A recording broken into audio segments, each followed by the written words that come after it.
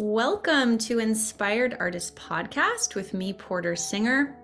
I have the pleasure of speaking with Anjie Hipple today, who is a channel. She is a speaker and medium from the Judah channel. Anjie is a highly engaging, inspirational speaker with 30 plus years of experience as a women's group leader and recording artist. I just listened to your song, by the way. I really love that. We have to talk about that. It is her honor now to channel Judah, considered the Oprah of the Cosmos, who invites in a veritable A-list of higher dimensional beings, such as the Archangel Michael, to join in the conversation about human enlightenment, awakening your power, and spiritual wisdom from beyond. Well, welcome, Anjie. I just want to say before we begin, because I haven't been as regular as I would have liked to with the podcast. So you're not dreaming. We did skip last week. I had terrible allergies. So we are back, and episodes will be releasing each Friday following this one. So let's begin. Here we go. Yeah, it's really wonderful to meet you. I'm so glad that we found each other on Instagram, Me of all too. things. Love it. So you're in North Carolina, and we were just talking about how the other channel I know is in North Carolina, but you're feeling a little one in a sea of knots of Well, people different. I can relate a little bit to the whole coming out of the closet idea because I kind of held to the Christian tradition and since I was a child, 7 or 8 years old. And about 6 years ago, I really broke ranks and became like a black sheep. And then this year, I had this profound experience where I began being visited by this angelic group called Judah and became a channel. And so I am really having a coming out of the closet type experience. And so far, nobody's come by to burn me at the stake or anything like that. So I'm feeling pretty good, fingers crossed. I feel like because I talk to a lot of people who are in this realm, and I don't personally have this, but a lot of people that I know have this, like, I think ancestral or like past life kind of fear that they're going to be burned or otherwise Right. ostracized from their community because these are probably very real experiences that they had. So, Yes. yeah. Yeah. Yeah, for sure. And my poor kids, they're all adults now and they're super, super amazing. I have three. But I'm sure that they have some religious trauma, from, from the kids. I'm still in that stage of life, when they're grown, where you start apologizing and you offer to pay for therapy and that kind of thing. I was the mom who didn't let my kids participate in Halloween. And throughout, if they brought home a Harry Potter book, I threw it in the trash, that sort of thing. So, as they say, I've come a long way, baby. Wow, that's a really big, so this must have startled you. Like, Yeah. So it's about 6 years ago, and this is an interesting thread and commonality that I've found with stories that I hear of channels and mediums and different people, that there's some sort of or people that kind of enter into enlightened experiences. A lot of times there's a death of a loved one or really serious tragedy or divorce or something really life-changing that somehow opens up the door for a happening like this. And I found that I have yet to find a person who doesn't tell that as part of their experience.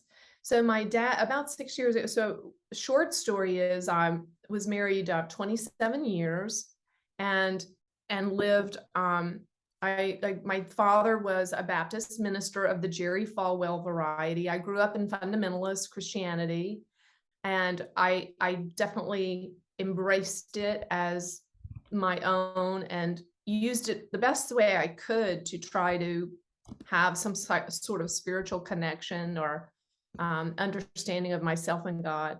And I was married 27 years. I was a school teacher. I did a lot of traveling and leading worship and speaking at women's conferences and things like that. I loved it because I loved the music. I read something on my thread the other day that said that I thought I loved worship until I went to a rock concert, and then I realized I just love live music. So that's my story, right? But anyway, I had three beautiful children, and I was just kind of doing my best in life, like all of us. And but always something didn't seem right. So I kind of had this mix going on of Jesus, self-help psychology books, and those were kind of my medication of choice and my addiction of choice. And my husband was a kind of a low-key, full-blown alcoholic. So we were dealing with that. And about 6 years ago, my dad died suddenly. I'm an only child. And I got the phone call when he died, and I raced into the closet to throw on my clothes. I had to get in the car and drive 2 hours to be at the hospital to be with my mom. And when I stepped into the closet, this presence came into the closet. It almost felt like it just felt like complete and total bliss and joy, and just like something was just sweeping me off my feet in this incredible, indescribable joy. And I knew it was my dad. And I knew that, he had come to say goodbye and to tell me that everything was okay. And that was kind of all the start of it. So the short form was my mom and dad owned a family-owned business that my daughter and son-in-law and my grandkids were dependent on, and my mother was dependent on that income, and three other families. And I was the only child. So when my dad dropped suddenly, I pulled a big rescue and stepped in and tried to run the car business. So I was a school teacher, teaching school. I had three kids, and on the weekends I would go and attempt to run this car business amidst grieving. And so there was all kinds of, life shit being thrown in my face. And at that time, even before my dad was buried in the ground, the longtime employee that he had began stealing from us. So I had that going on too. Oh, wow. And then on top of that, my marriage started coming apart. And in the midst of all this stuff was just awakening. It was just an awakening. Something, really transformative was happening for me that I really can't describe. And so after my separation and heading into my divorce, I met this guy who rocked my world. And he has been I call him the waymaker and the button breaker. That's Chuck, my new sweetheart. We've been together a few years now. And so I've been kind of like on this bullet train towards getting rid of my ego and moving towards something really cool. And so when we headed into COVID, I got COVID right away, just as it was beginning to hit the news. My stepson came home from spring break at college, and everybody got it, well, I got it, and I was down for the count, and I was sick for 2 years. I had heart problems. I had all kinds of things. I won't go into it. It's just a really long story, and I ended up chronically ill. So I went into COVID running 3 miles a day and being impeccably healthy, and I came out and I went through 2 years of pretty much sitting in my chair, and maybe on a good day doing a load of laundry, and maybe on a good day cooking a meal. And that was about all I could do for those 2 years. So Wow. so somewhere towards the end of that, my daughter was getting ready to have her third baby, and I was heartbroken because I knew I wasn't going to be able to be there. I was heartbroken.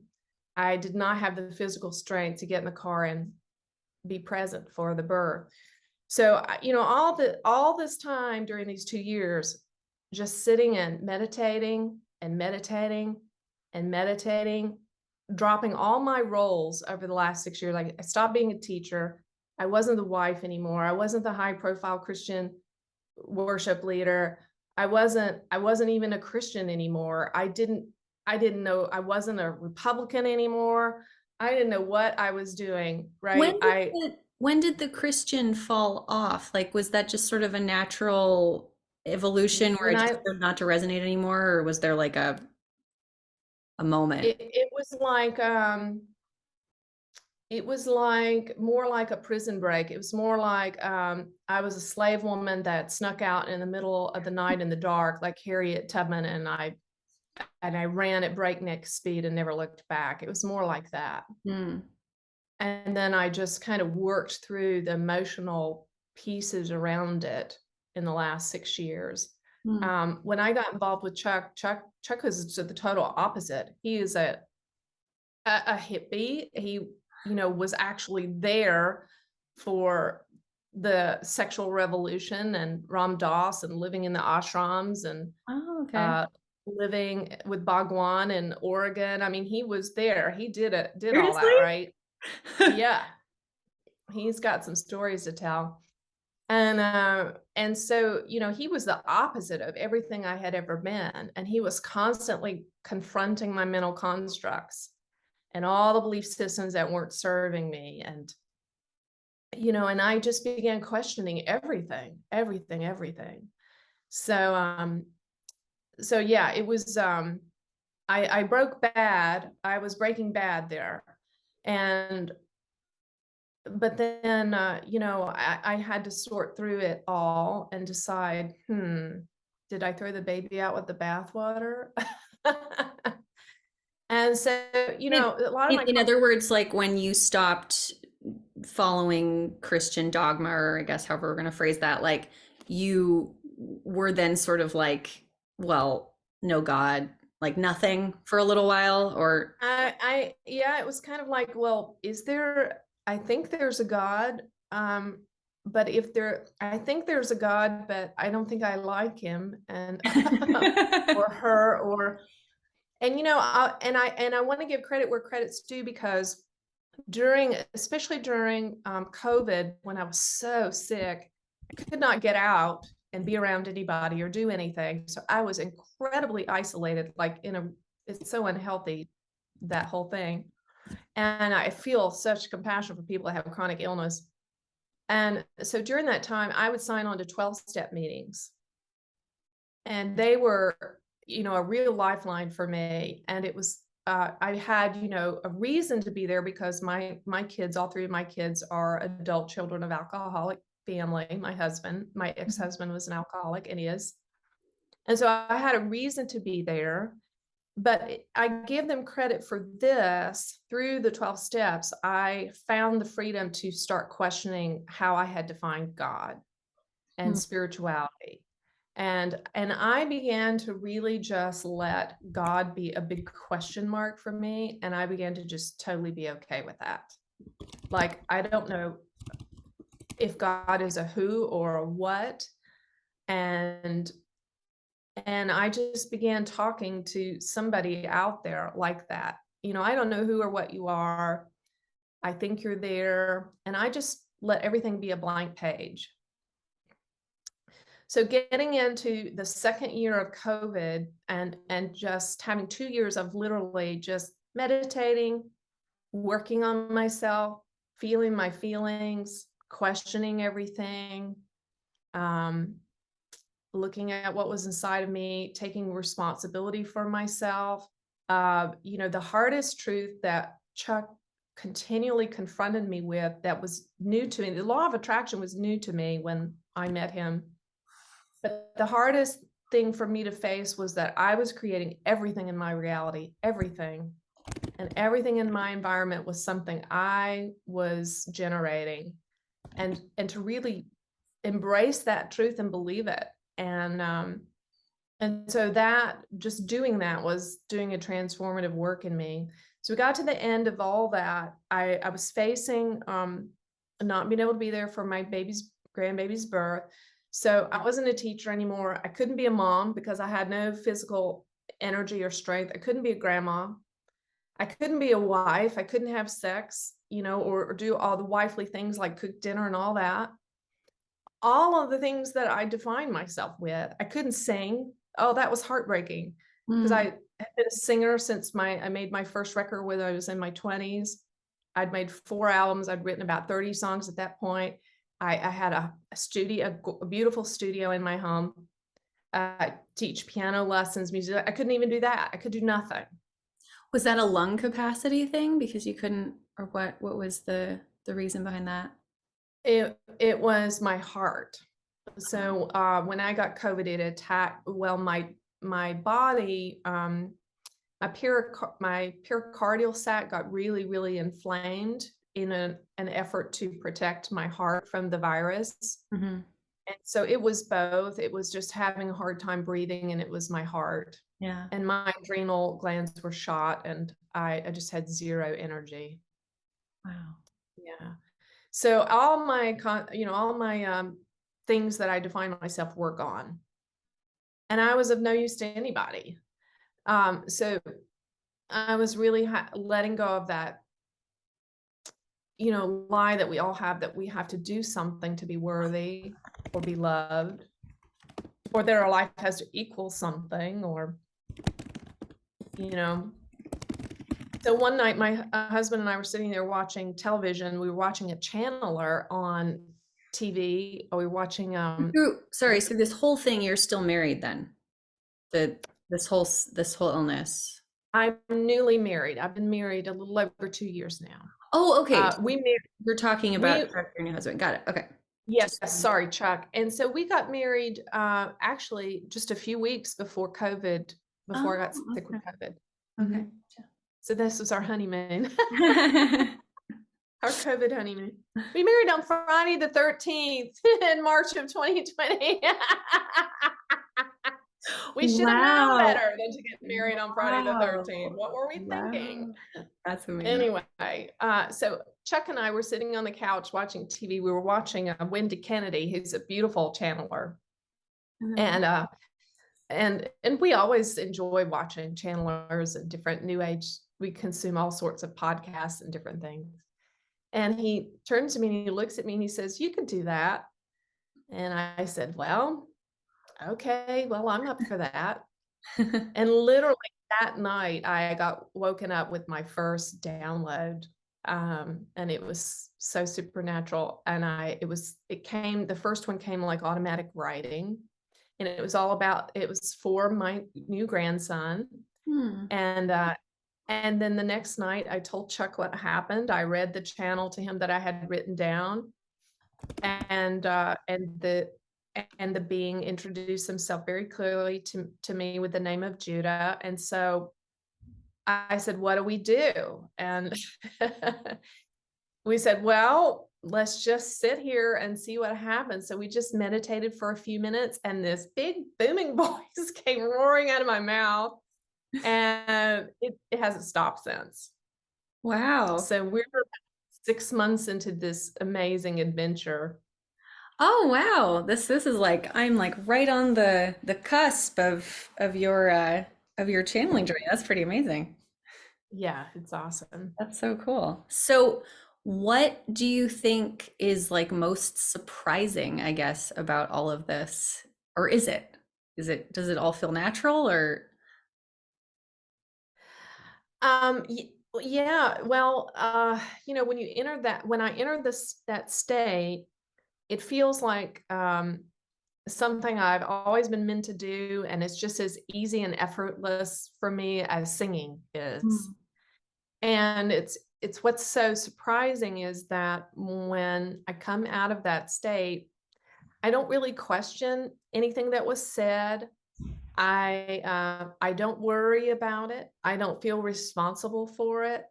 I feel very at ease, and it is super surprising, and it's so miraculous. It's just miraculous. And at first it was just Judah, and Judah explained that they are a collective of fifth dimensional angels, around 350,000 angelic souls that work together as one collective mind, and that they are what would be called my oversoul, if you know that word.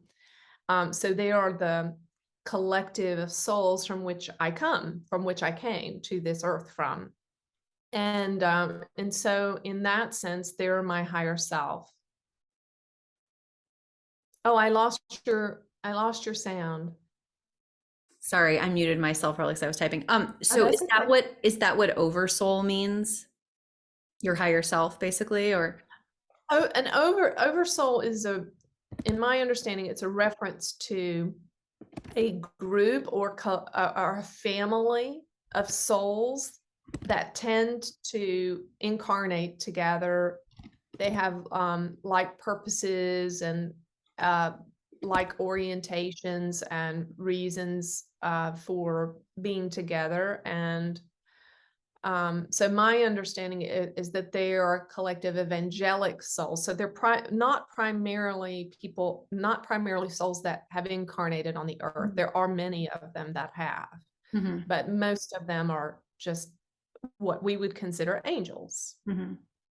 They're not like a race like the Pleiadians or Arcturians or that sort of thing. Okay. And there's lots of, in-depth information about their background in my book, and I'm happy to answer any questions about that. Yeah, yeah. I started reading it a little bit last night actually as I was going to bed. I listened to your song right before bed and I started I started reading your book. Oh, I really loved your song. It's always nice to have something that's like a well wish to kind of put you to sleep, a prayer. So I Oh, really loved that. good. But you said you Yeah, have more music too, so that's not online, I just the have, oh yes, I've got tons of music. And I have some new things in the works. And so I have a new album from this new era of my life called What If? And most of it's inspired by we have a home in the mountains and in Charlotte as well. And we kind of split our time between the two. So when I'm there, I'm just super, super inspired by nature to write and write songs and things. So What If is primarily inspired by that time of my life and was written both before and during my COVID times. And then I have a whole backlog of history of worship music that's still out there too. Oh, gotcha. Okay. So is that under a different name? Because when I looked you up on Spotify, it was just the one song. Anjie Carpenter, Oh, Anjie hmm, Carpenter. Yeah. And then now I'm Hipple. Yeah. But Anjie gotcha. Carpenter is on my iTunes and Spotify and all that stuff. Yeah. Okay. Okay, makes sense. Yeah, I have the dual name thing too with my music because I was also in a cult. All right. Okay. Yeah. Tell us about that. Well, I've talked plenty about that on this podcast, but yeah, I was in sort of sort of a la Osho kind of, but it was Yeah. Yogi Bhajan. And Mhm. so I was part of that community for 8 years, I think. I got married into it and we changed our names legally. And so my name is Porter by birth, but not legally anymore. But I went back to using it as kind of a reaffirmation of my actual identity. But yeah, so I totally relate to the um I mean, it almost seems like when you were talking about Christianity that you did feel like you were indoctrinated into something, right? I mean, it Yeah. Yeah. And, I think, I don't know about for you, but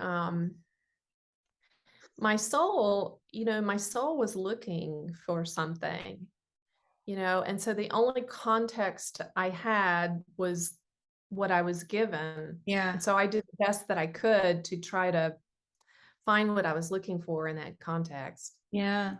I was always very attracted to Christianity as a child. My parents were not religious, but when I had a friend whose family was, I always wanted to go to church with them because I just loved that sense of community that, that you get from, I guess, any group of people who kind of orient around a focus or an intention, but Hmm. yeah, and that Hmm. was kind of the only context that I had for it as a child. But then I discovered that there's other intentions we can hold in ways that we can gather groups that are um, maybe a little bit more, what should we say, like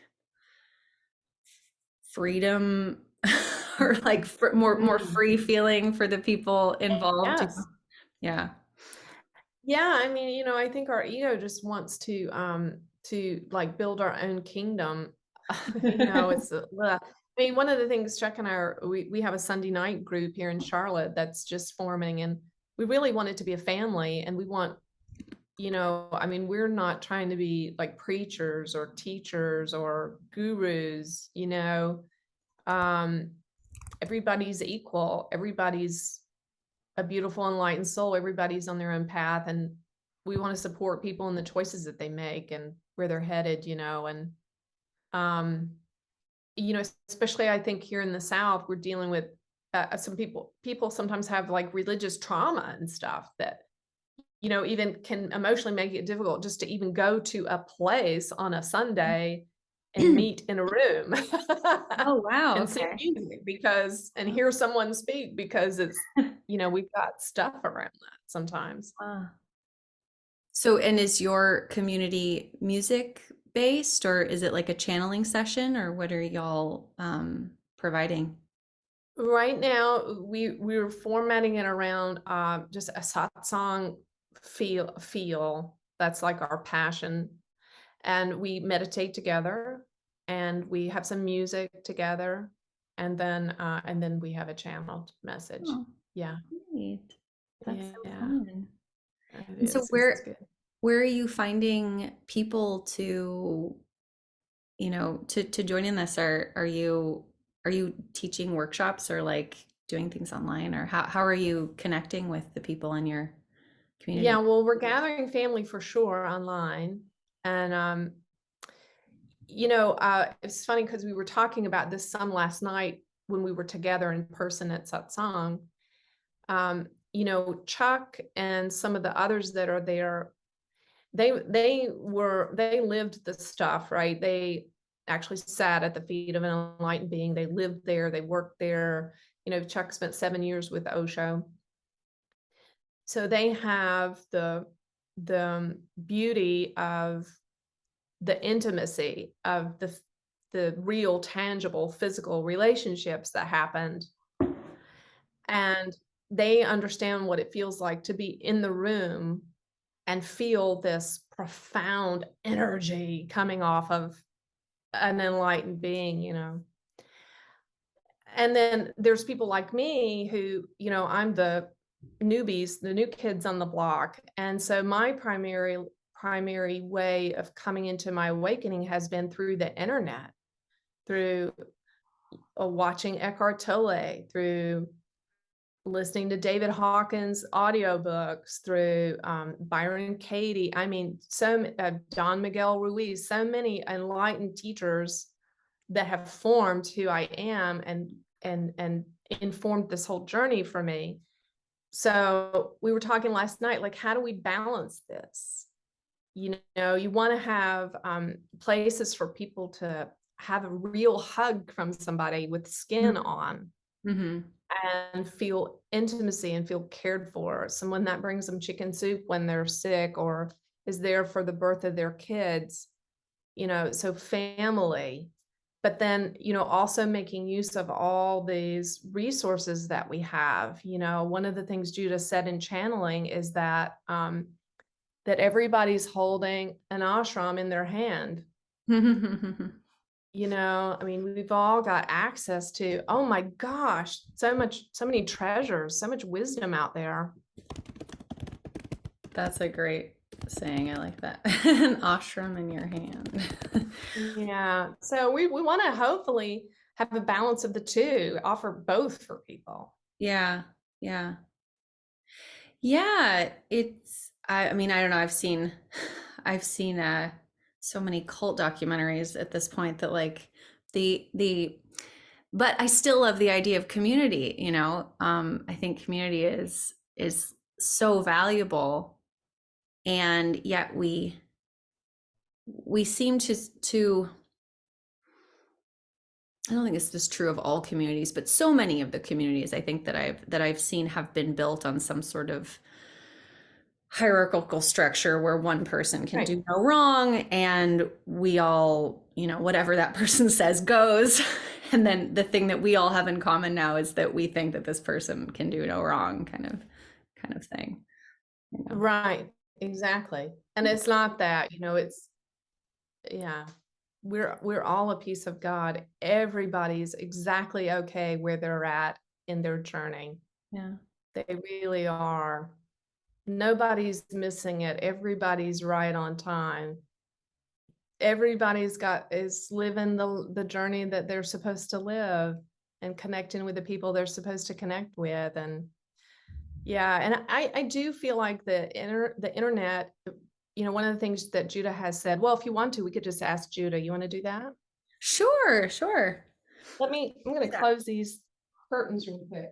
It's so neat, actually, if you're listening to this on audio and not on video. Let me just describe for you. But the sun is coming in on the, what would it be, the right side of your hair, and it just looks like you are bathed in gold. I love this spot. Well, let's just ask Judah. What do you want to ask Judah about these things we're talking about? I guess a question that I could ask is like, how do you start to create community for the what should I call them, like the travel weary? I mean, the people who have kind of seen the dark side of what what community can create, or I mean, not even the dark side, I guess, but like just a side that wouldn't be preferable. Right. Okay, that's a great place to start.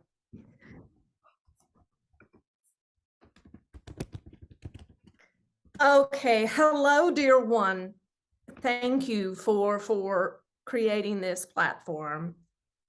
What a privilege. We give you honor for your journey and the courage required in your personal journey.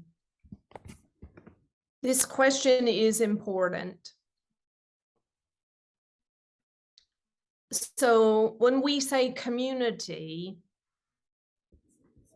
what is it that the soul, the heart really wants? What the heart really wants is the heart wants that mother father that was so absent or lacking. The mother father, the love, the acceptance, the unconditional love and acceptance. And the heart wants those holes, those spaces that are missing to be filled with love and acceptance. So how do we help these who have been so harmed and lacking by false fathers and false mothers, or fathers and mothers on pedestals to whom access was restricted? Well, we would say to these fathers and mothers, let the little children, be they young or be they old, let them come to you and don't forbid them. Let them come and make space for them and do not turn them away. If they come, let them come. If they go, let them go. And mothers and fathers, we're speaking of spiritual mothers and fathers, such as yourself, my dear. Whomever comes to listen, to watch, to the platform you create, if they choose to stay with you, then you love them like you would your own. You love them like you would your own children, and do everything you can to be available and attentive, to look in their eyes when they speak to you, and take it moment by moment, day by day. Everyone on earth, with very few exceptions, needs some reparenting.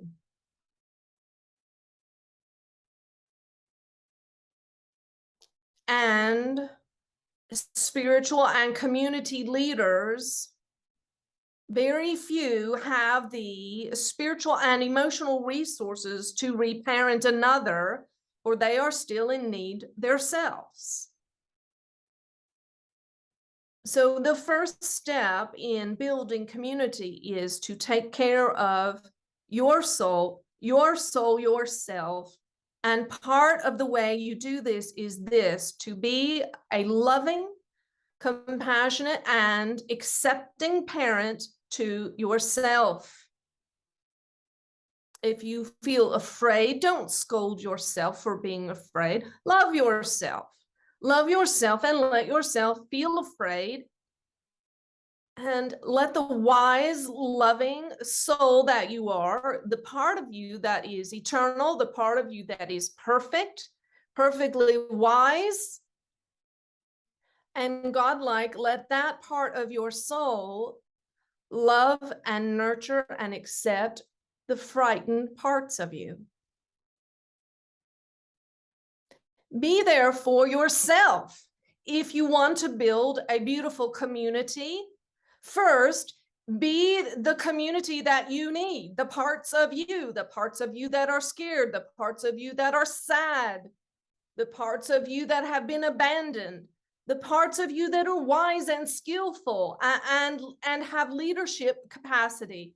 Be there for yourself, for the community that is you, for all of your parts, past, present, parallel, and future. Be there for yourself.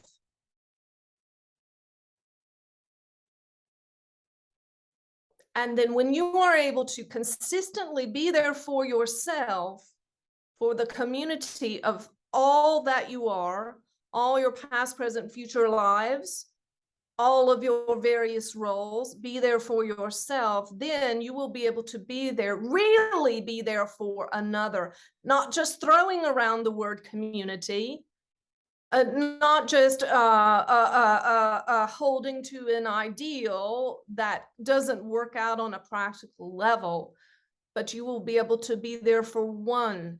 When you can be there consistently for yourself and for one other, then the two of you have become a family and a community. So focus there. Be there for yourself the way you wish a community would be there for you. And then when you have some solidity and some grounding there, then begin building that with one other. If you can do that, then we think you are a giant.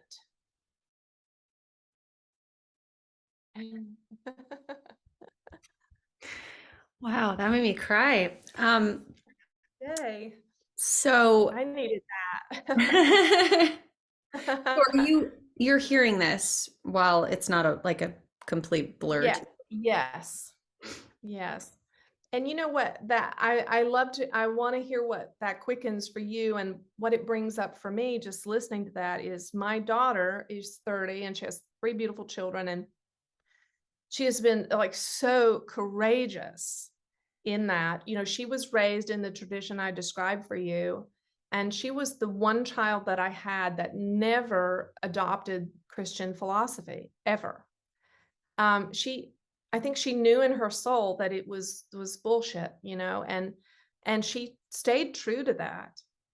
And she lives off grid with her partner and her 3 beautiful children, and they are being super courageous. I mean, they are really trying to break out of the system, all the things that aren't working. And she has this big dream for community. And she not only has a dream, she's put her money where her mouth is, you know, and she's really doing the deal. And she sacrifices for it. And it's hard for me to watch her sacrifices, but she's feeling what you're feeling. You know, she's got this young baby, and she just needs one person, just one, to come over and hold that baby for an hour so she can take a bath or take a nap, you know. And so I feel you. You know, it's like the talk about community doesn't get it. Yeah. Well, and one of the, I'm not sure actually, I'll put this to you. One of the really amazing things that my community provided was that sort of thing. We had this beautiful practice where when a woman gave birth, we would bring meals for her for 40 days. People would come and help clean and take care of, things, and so that the mom could be with her baby. And I mean, it's in like talking to other people about, my experience of having, not that there weren't other things that made it a lot harder to have children within that community, but that particular thing is, it's unheard of for people to get that kind of support, which is so sad because it feels like, one, just kind of basic and easy. I mean, it's not a big deal to make one extra meal a day for somebody. But yeah. So that I really appreciated that answer. I have kind of I thought of a follow-up to it if you're Yeah, up let's do for it. it. I can go right back in. Um, what what does being there for myself look like on a daily basis? Yes. Being there for yourself. Wonderful question.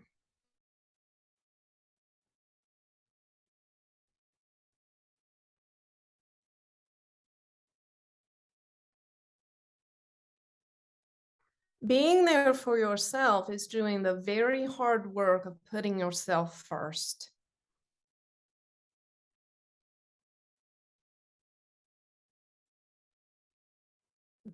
You are the essence of love.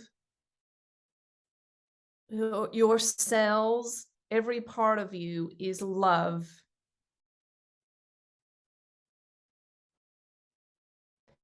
Yes, you and all have fearful parts.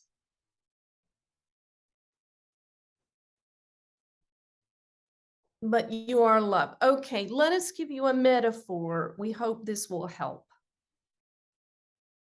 You, the real you, Porter, the real you is so much bigger than Porter. The real you is your soul, what you were before you came into the world as Porter. It is what you will be when you leave the earth as Porter. Your soul is vast and it is completely wise. It has perfect intuition and instinct. And you, who you are, is love.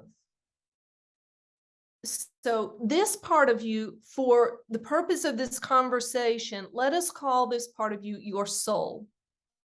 Now, in this metaphor, your soul is the coach.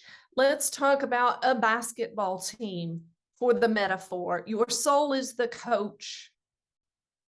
And we have players on the court, and these players, these teammates, they are parts of you. Maybe one of the players might be, let's say you are a daughter or a mother or a partner or a singer or an entrepreneur. So you have various different parts, you see. And each part is represented in this metaphor by a teammate, a team player. And we all have these parts. They can be a little different for each, but we have other parts that we don't want to talk about so much, like our angry parts or depressed parts or our bad girl parts, you see. So your soul, as the coach, gets to decide who to put in to play the game, who to run with the ball, who to make the shot. Sometimes you need to put the mother in the game. Sometimes you need to put the daughter or the singer into the game. Sometimes your bad girl parts take the ball and run the show, you see. But ultimately, who is responsible for what happens in the game? It is the coach. So if an undesirable player takes the ball and runs the game, Well, you might boo the player, but ultimately the coach must take responsibility, you see. So it is your soul, you see, that is at the helm, that's in charge. And your soul can sit out these players that are not serving you. Maybe, let's say one of them is Porter, who was a cult member. Well, parts of that part of you may serve you very well and other parts may not. But your soul knows when to put Porter, the former cult member, in the game and when to sit her out on the bench, you see.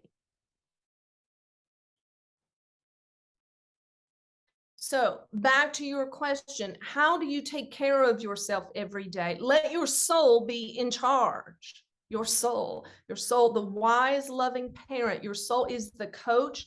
Your soul is the wise, loving parent. Your soul is the Ted Lasso of you. The Ted Lasso of you. And if one of your parts steps up and tries to make a foul play,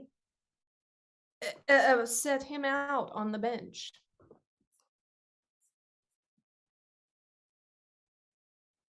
So some days that might mean being quiet. Other days it might mean speaking up because you're being railroaded by someone, you see. But your soul knows the answer of how to care for yourself. If you get confused, ask yourself this: what would a loving parent do for me right now? What would a loving parent do for me right now?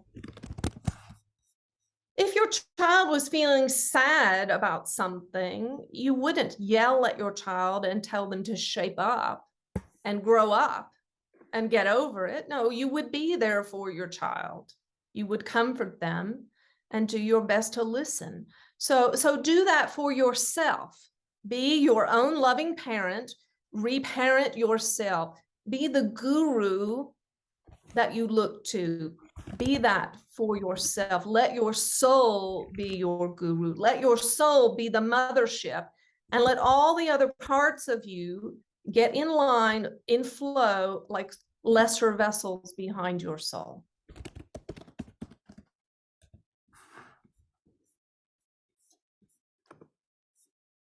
Any questions about that? No, this is just so perfect. Yay. I love the universe. This is just so funny. I literally woke up this morning with this like message that I needed to I mean, not in words what you were saying, but the feeling of that. And so I did a little bit of yoga this morning to like center myself. And I was like, I really need to do more for myself. It's so Nice. crazy that you're telling me this, but also not, because of course. Yeah. That Well, I'll share one more thought on that. So last night, one of the things Judah was sharing in our group channel is that is the two core, grounding, like our 2 feet on the ground that ground us. Our 2 core things that can ground us are love and meditation. So you do the best you can in any moment to love others. And if you get confused about how to love others, do what is loving for yourself. This is what Judah keeps saying. So a lot of times we have so many crazy concepts about what love is, and there's so much codependency and attachment and just the stuff. So if we don't know how to love the other person well in a moment, do what a loving parent would do for us. Love ourselves and meditate. Just go back and meditate. Because in meditation, what happens is our soul rises up and becomes the coach again and takes control of the game. And the soul, our soul is I don't know, what are some of the greats out there, the great coaches? I don't Bear know. I love Bryant. that you mentioned Ted Lasso. He's so Yeah, wonderful. Isn't he just the most wonderful character? I know. Thank you, Okay. Judah. That was really cool. Our soul is like the Ted Lasso, right? And just intuitively knows what we need and what to do. And so meditation and yoga, I think yoga is a beautiful meditation.